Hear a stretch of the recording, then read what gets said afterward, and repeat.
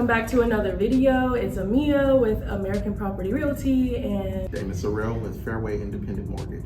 So I'm so excited to be doing this video with him. I've been wanting to do a video for a while for you guys. Today we're going to be talking about investments, what happens after you buy that first starter home. I've been getting a lot of questions from first-time home buyers. Before they even start the process, they want to know, okay, well, if I do get this starter home instead of my dream home, how do I go about getting my dream home after that starter home? So I thought it would be best to bring a lender in to show you what that looks like and how that process works for you guys. And then I'll give you my opinion as a real estate agent as well. So first thing that I wanted to start off with is like, okay, so let's just make it realistic. When you're first starting the home buying process and when you first start getting into real estate, sometimes you're not going to be able to buy that dream home right off the bat. You have to start with something small, something that's going to get you equity, something that you can live in, fix it up a little bit, and it's going to get you something in return so that you can move on to that next home. But you do have to be smart about it. You don't want to buy a home that's going to depreciate instead of appreciating, and then you end up with no equity. So the best thing that I always recommend people, especially lower income people, just to be transparent, is buy that smaller home. Buy that home that has the potential as a hidden gem.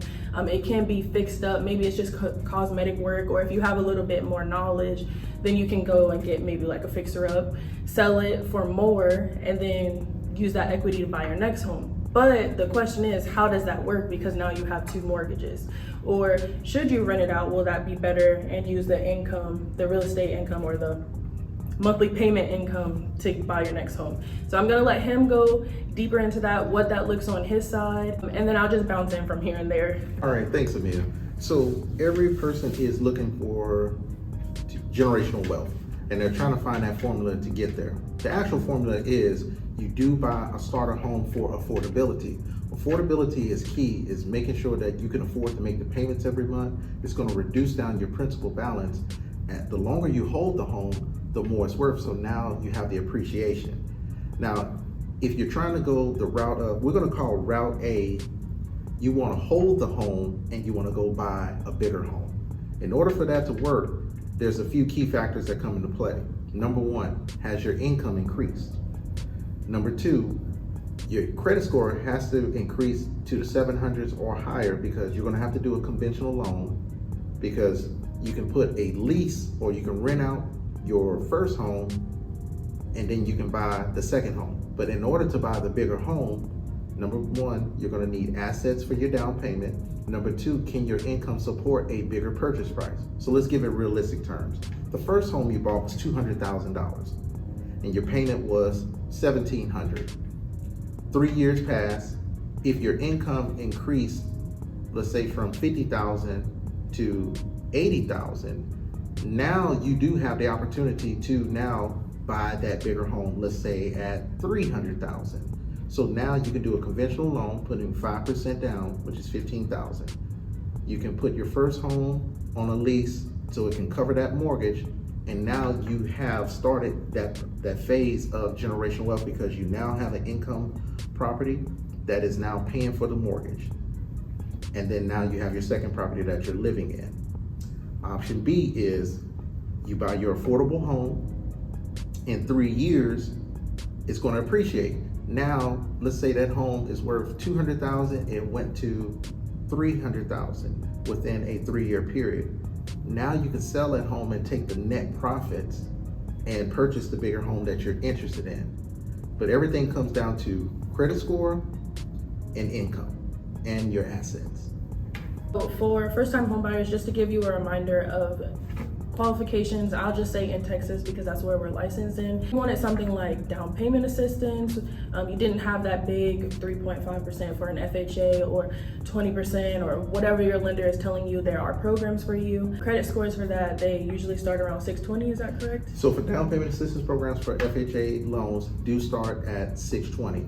There are 4 statewide down payment assistance programs: TSHAC, TDHEA, Seth 5-Star, Seth Gold Star, and then we have a 5th one called the Chenoa Fund, Chenoa program. All those programs can provide you with the down payment to purchase your home, or you can get a little bit more money that can cover the down payment and closing costs. And that comes with a higher interest rate, right? The more you use. So here's the key. There's no free ride, meaning that there's always a string attached.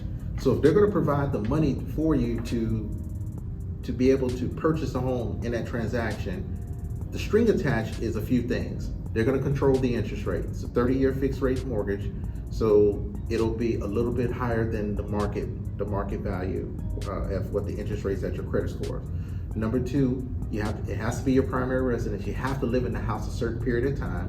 You're going to take a home buyer's education course, which is real easy. It's an online course. And then they're going to be your service lender, meaning that that's who you're going to make your mortgage payments to. Yep. And then if you didn't want to use down payment assistance and you were just looking at an FHA loan, the reason why I keep saying FHA loans, those are usually easier for first-time home buyers to get depending on the situation, because they're government-backed, correct? Correct. FHA loans are way easier to qualify for versus a conventional. Conventional loan, you can do a down payment as low as 3%.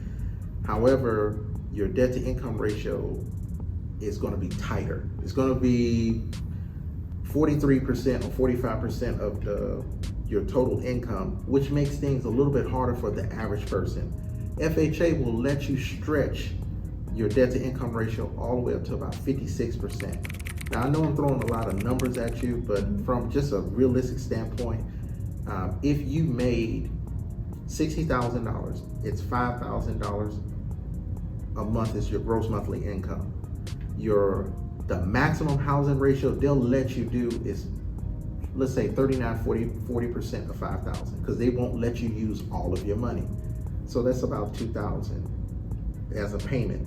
That means whatever your other monthly debts you have, they can't be over 36% of your income. So most people have student loans and they have car notes, and which takes up a bulk of their income. So doing FHA still allows them to be able to make themselves qualifiable to be able to purchase a house versus conventional. It is very, very tight. Yeah, and remember I told you guys, if you're gonna get that car and you know that you're gonna wanna buy soon, make sure that you have the income to be able to get both. Because if not, that high monthly payment that you get for your car note, $600, $700, and you only make $2,000 or $3,000 a month, it's gonna eat it up and you're not gonna get approved for much. I had a client get approved for $500 a month because her car payment was so high, and that's $55,000. Just to give you an idea. So just remember that when you guys are getting ready to purchase a home, be smart about what you're doing. With FHA, without down payment assistance, I believe the credit score does start at 580. Yes, it starts at 580 if you have your own money for down payment. However, I would say this, if you're that close, you're at 580, you're not that far off from 620. There are credit restoration companies that can help you get that extra edge.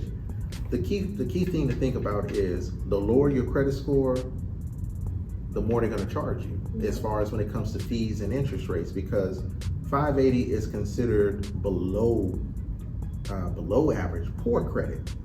You still can get qualified. However, you're not getting the best terms.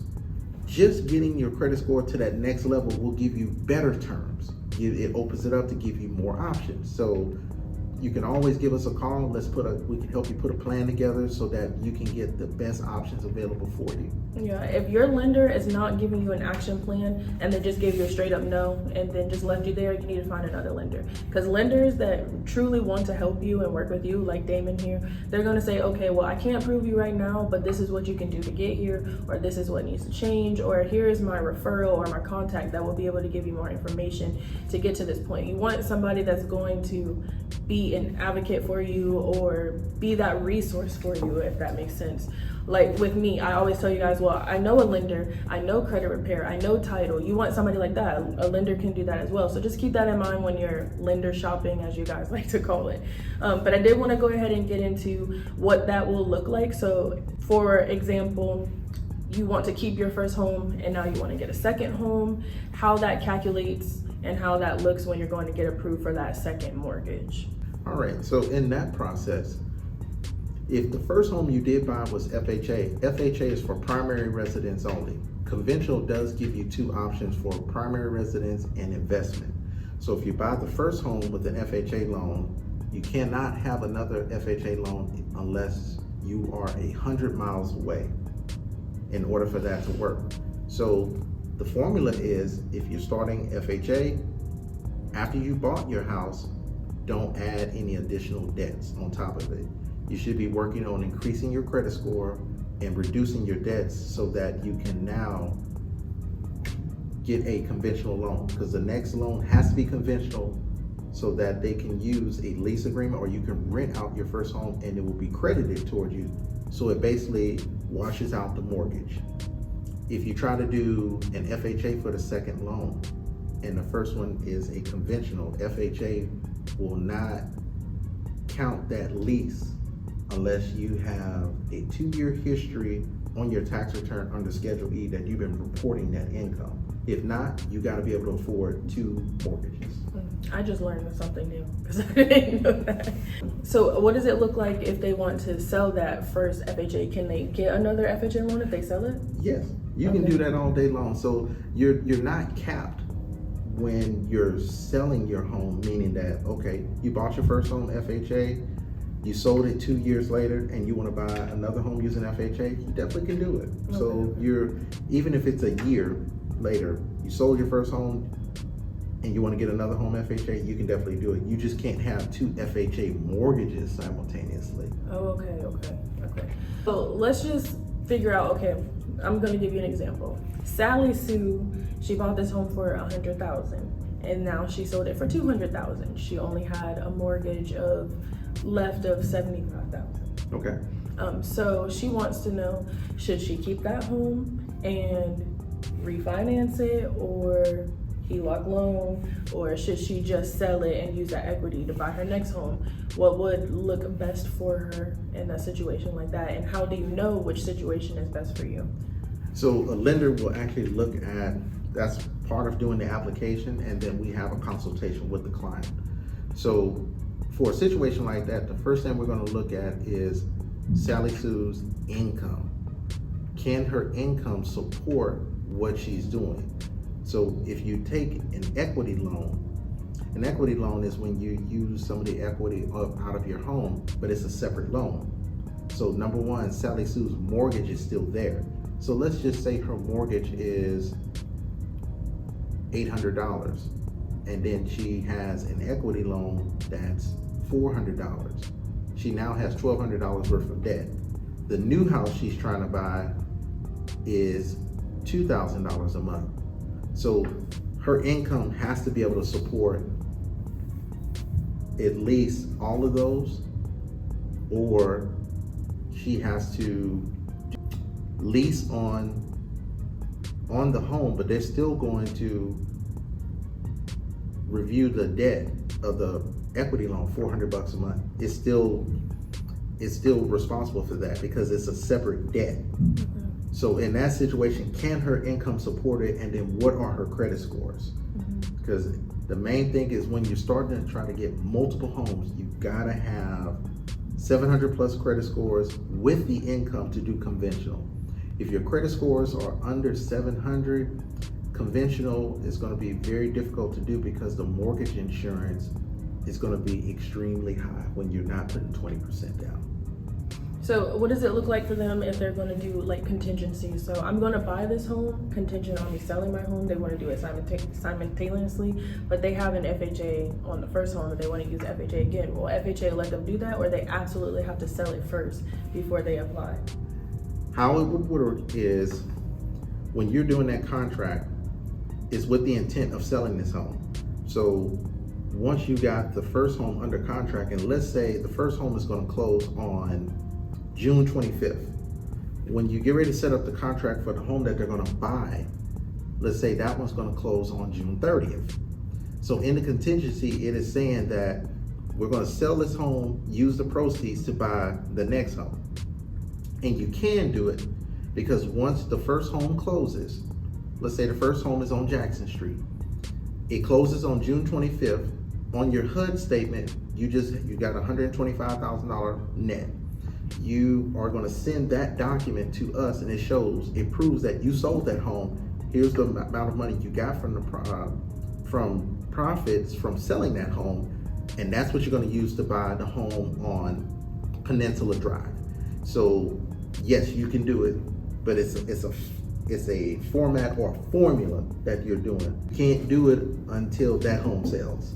Okay, so remember that if you're going to do contingent on selling your first home and you want to use FHA, just make sure that first home sells before you close on your new home, and it is possible. So those are a couple of different ways where you can use your equity from the first home or from your starter home to get into that next home. If you have any more questions, let us know. You can leave them in the comments below. And we'll see you guys in the next video.